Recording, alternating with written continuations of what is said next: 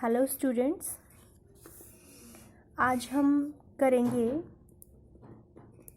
Electromagnetic wave theory. Electromagnetic wave theory हम आज करेंगे। जो इलेक्ट्रोमैग्नेटिक वेव थ्योरी है वो हमें किसके बारे में बताता है कि किसी भी सोर्स से जो एनर्जी प्रोड्यूस होगी, जो एनर्जी बाहर निकलेगी, वो किसकी फॉर्म में निकलेगी, वो वेव की फॉर्म में निकलेगी या पार्टिकल की फॉर्म में निकलेगी। तो इसके बारे में हमें बताता है इलेक्ट्रोमैग्नेटिक वेव थ्योरी। तो इसके पोस्टुलेट्स हम पढ़ेंगे। फर्स्ट हम क्या बोलेंगे कि जब किसी भी सोर्स से जो लाइट निकलती है, जो एनर्जी निकलती है, किसी भी सोर्स से जो एनर्जी निकलेगी वो किसकी फॉर्म में निकलेगी, वेव की फॉर्म में, यानी कि रेडिएशन की फॉर्म में वो एनर्जी प्रोड्यूस होगी। ध्यान रखना, इसके पोस्टुलेट्स आते हैं पेपर में। तो हमें क्या लिखना है, according to wave theory first postulate क्या है कि किसी भी सोर्स से जो एनर्जी एमिट होती है वो किसकी फॉर्म में निकलेगी, रेडिएशंस की फॉर्म में, रेडिएशंस की फॉर्म में बाहर निकलेगी। सेकंड पोस्टुलेट हम लिखेंगे कि जो रेडिएशन की फॉर्म में जो एनर्जी निकलती है बाहर, उसको नाम दिया जाता है रेडिएंट एनर्जी। क्या नाम दिया जाएगा, रेडिएंट एनर्जी। थर्ड पोस्टुलेट हम लिखेंगे इसका कि जो रेडिएंट जो एनर्जी है वो लाइट की स्पीड, जो लाइट की स्पीड होती है, जो लाइट की वेलोसिटी होती है, उसी स्पीड में वो भी मूव करती है। यानी कि radiant energy also move with the speed of light, with the speed of light, light की स्पीड से वो भी मूव करती है। कितना, 3 × 10⁸ मीटर पर सेकेंड।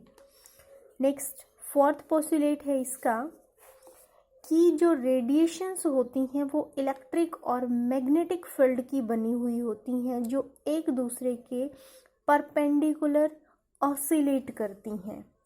कैसे लिखेंगे हम, the radiation is made up of electric and magnetic field, which are oscillating perpendicular to each other, ये हो गया पोस्ट। तो ये कैसे है, यहाँ देखो। अब मान लिया हमने यहाँ से ये सोर्स हो गया, यहाँ एक साइड इलेक्ट्रिक फील्ड, एक साइड मैग्नेटिक फील्ड हमने रखा। तो इधर समझ आ रहा है, 3 डायमेंशनल वे में है ये। यानी कि जो रेडिएशन, जो एनर्जी जो जा रही है वो इस टाइप से जा रही है, इस टाइप से ये हो जाएगी। और उसी रेडिएशन को अगर हम मैग्नेटिक फील्ड में प्रोड्यूस करना चाहें तो वो इस टाइप से जाएगी। यानी कि उसको हम कैसे देखेंगे, इस टाइप से। तो ये दोनों क्या है, इनके बीच में जो एंगल बना है वो कितना बना, 90 डिग्री का। एक तो इस टाइप से जा रही है और दूसरी यहाँ। तो यानी कि जो रेडिएशंस होती हैं वो इलेक्ट्रिक और मैग्नेटिक फील्ड में एक दूसरे के परपेंडिकुलर ऑसिलेट करती हैं।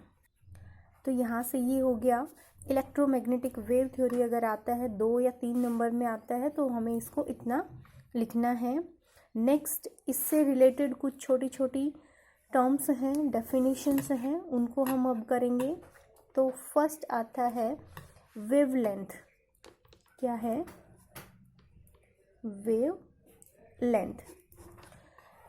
तो यहाँ पे देखो रेडिएशंस किसकी फॉर्म में जा रही हैं, वेव की फॉर्म में।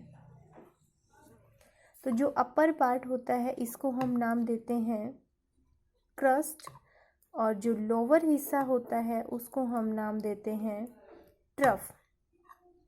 ये फर्स्ट क्रस्ट होगी, ये सेकंड क्रस्ट, ऐसे ही ये ट्रफ होगी है। तो किसी भी दो क्रस्ट के बीच में या फिर किसी भी दो ट्रफ के बीच में, किसी भी दो क्रस्ट के बीच में या फिर किसी भी दो ट्रफ के बीच का जो डिस्टेंस होता है उसको हम क्या नाम देते हैं, वेवलेंथ नाम देते हैं। और वेवलेंथ को डिनोट किया जाता है बाय लैम्डा। लैम्डा से इसको हम डिनोट करेंगे। अब जो इसकी यूनिट होती है, डिस्टेंस की क्या यूनिट होती है आप सबको पता है, मीटर, ठीक है, सेंटीमीटर। तो वही यूनिट इसकी होगी, मीटर या फिर सेंटीमीटर। इसको लिखेंगे कैसे, the distance between any two crust और टू ट्रफ। तो क्या लिखेंगे इसको, the distance between two crust और two trough is known as wavelength. Second term आती है फ्रीक्वेंसी। फ्रीक्वेंसी जिसको हम न्यू से डिनोट करते हैं, ठीक है। अब यहाँ पे ये सोर्स हो गया, यहाँ से रेडिएशन पास हो रही थी, तो हम किसी भी एक पॉइंट को अज्यूम कर लेते हैं। इस पॉइंट को मान लिया हमने, अज्यूम कर लिया। तो 1 सेकंड में इस पॉइंट से कितनी रेडिएशन पास हुई, क्या बोला है मैंने, 1 सेकंड में इस पॉइंट से कितनी रेडिएशन पास आउट होके चली गई, उसको नाम देते हैं frequency. The number of waves are passing through a point in 1 second. क्या लिखेंगे हम, the number of waves passing through a point in 1 second is called frequency। अब जो फ्रीक्वेंसी की जो यूनिट होती है साइकिल पर सेकंड, इसकी हम यूनिट क्या लिखेंगे, साइकिल पर सेकंड, CPS। और इसी को हम हर्ट्ज से भी डिनोट करते हैं, HZ। तो ये दो इसकी यूनिट हैं, साइकिल पर सेकंड और हर्ट्ज। क्लियर हो गया। फ्रीक्वेंसी किसी भी पॉइंट से 1 सेकंड में कितनी नंबर ऑफ वेव्स पास होती हैं उसको नाम देंगे हम फ्रीक्वेंसी। थर्ड आता है इसमें एम्पलीट्यूड।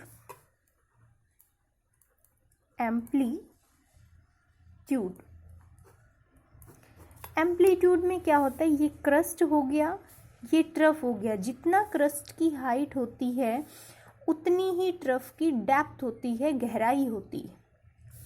तो हाइट ऑफ क्रस्ट या फिर depth of crust, height of crest या फिर डेप्थ ऑफ ट्रफ, उसको हम नाम देंगे एम्पलीट्यूड। और एम्पलीट्यूड को A से डिनोट किया जाता है। इसको हम क्या लिखेंगे, हाइट ऑफ क्रस्ट या फिर डेप्थ ऑफ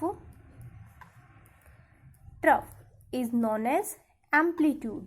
तो जो एम्पलीट्यूड की जो यूनिट होगी, एम्पलीट्यूड यानी कि हाइट क्या है, एक टाइप का डिस्टेंस है, और डिस्टेंस की यूनिट हम पहले ही कर चुके हैं, या तो मीटर या फिर सेंटीमीटर। उसके अलावा भी हो सकते हैं, एंगस्ट्रॉम हो सकता है, पिकोमीटर हो सकता है, इस टाइप से। अब नेक्स्ट आता है इसमें फोर्थ टर्म आएगी वेलोसिटी। क्या टर्म आई है, वेलोसिटी। इसको हम C से डिनोट करेंगे।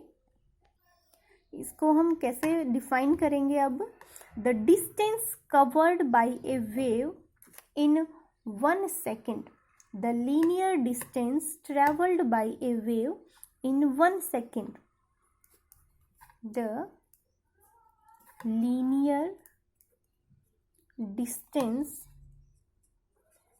traveled by a wave in 1 second, यानी कि 1 सेकंड में कोई भी वेव जितना डिस्टेंस ट्रेवल करती है उसको हम क्या नाम देंगे?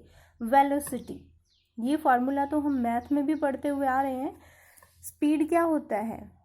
डिस्टेंस अपॉन टाइम होता है। सेम वैसे ही है, the distance travelled by A wave in 1 second, यानी कि पर यूनिट टाइम, उसको हम नाम देंगे वेलोसिटी। वेलोसिटी की यूनिट क्या होती है? मीटर पर सेकेंड या फिर सेंटीमीटर पर सेकेंड। यूनिट क्या हो जाएगी इसकी? मीटर पर सेकेंड या फिर सेंटीमीटर पर सेकेंड। नेक्स्ट आ जाएगा इसमें जो 5th पॉइंट है वो आ जाएगा wave number. Wave number, wave number को डिनोट किया जाता है न्यू बार से। न्यू से ओनली हम किसको डिनोट करे थे? फ्रीक्वेंसी को। अगर इसके ऊपर बार लगा दिया तो वो क्या बन गया? Wave number. जो वेव नंबर होता है वो वेवलेंथ का रेसिप्रोकल होता है। Wave number is the reciprocal of wavelength. इसको डिफाइन कैसे करेंगे? The number of waves present in A length of 1 centimetre. क्या बोला है मैंने? The number of waves present in A length of 1 centimetre या फिर 1 मीटर, यानी कि 1 मीटर या फिर 1 सेंटीमीटर की लेंथ में कितनी नंबर ऑफ वेव्स प्रेजेंट है। मतलब यहां तक क्या हो गया? 1 मीटर हो गया या फिर 1 सेंटीमीटर हो गया। तो इस हिस्से में जितनी नंबर ऑफ वेव्स प्रेजेंट होंगी उसको क्या नाम देंगे हम? Wave number. क्लियर हो गया ये? अब ये देखो, इसके अगर यूनिट की अगर हम बात करें तो लैम्डा यानी कि वेवलेंथ की यूनिट क्या थी? मीटर। ये इसका रेसिप्रोकल है तो क्या हो जाएगा? पर मीटर या फिर पर सेंटीमीटर। ये इसकी यूनिट हो जाएगी। तो क्लियर हुआ?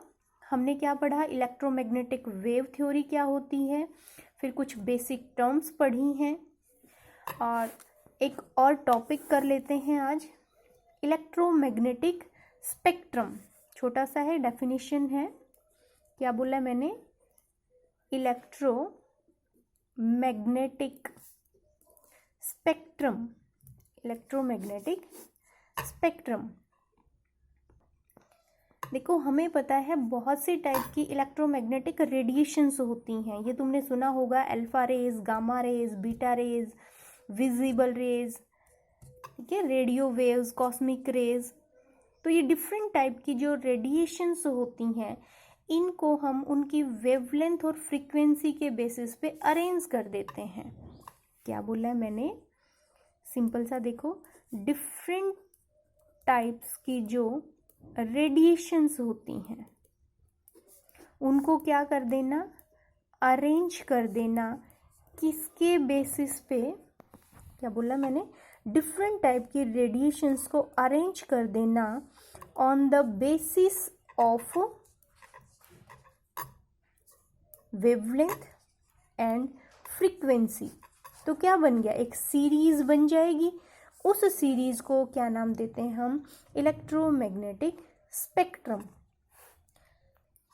अब यहाँ पे देखो, कॉस्मिक रेज हो गया, gamma rays, X rays, UV rays, visible rays, IR rays, micro waves, radio waves, यानी कि डिफरेंट टाइप की क्या है ये रेडिएशंस हैं। तो इनको हमने कैसे अरेंज कर दिया? इधर अगर यहाँ से इधर जाते जाएंगे तो इनकी जो वेवलेंथ है वो इंक्रीज होती जा रही है, ठीक है। और जो वेवलेंथ अगर इंक्रीज होगी तो फ्रीक्वेंसी हमेशा डिक्रीज होगी, यानी कि यहाँ पे वेवलेंथ क्या है? इंक्रीज हो रही है और फ्रीक्वेंसी जो है वो डिक्रीज हो रही है। तो इस टाइप से क्या बन गया? एक स्पेक्ट्रम बना कि नहीं बना? एक सीरीज बनी। उस सीरीज को हम क्या नाम देते हैं? Electromagnetic spectrum. यानी कि वह different types of radiations are arranged on the basis of their increasing order of wavelength and decreasing order of frequency, then a series is formed. That series is known as electromagnetic spectrum. तो ये था आज के topics, इसको अच्छे से learn करना है। ओके।